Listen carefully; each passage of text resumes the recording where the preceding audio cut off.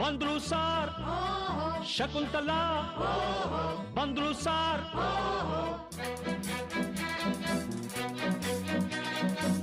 Neena Shakuntala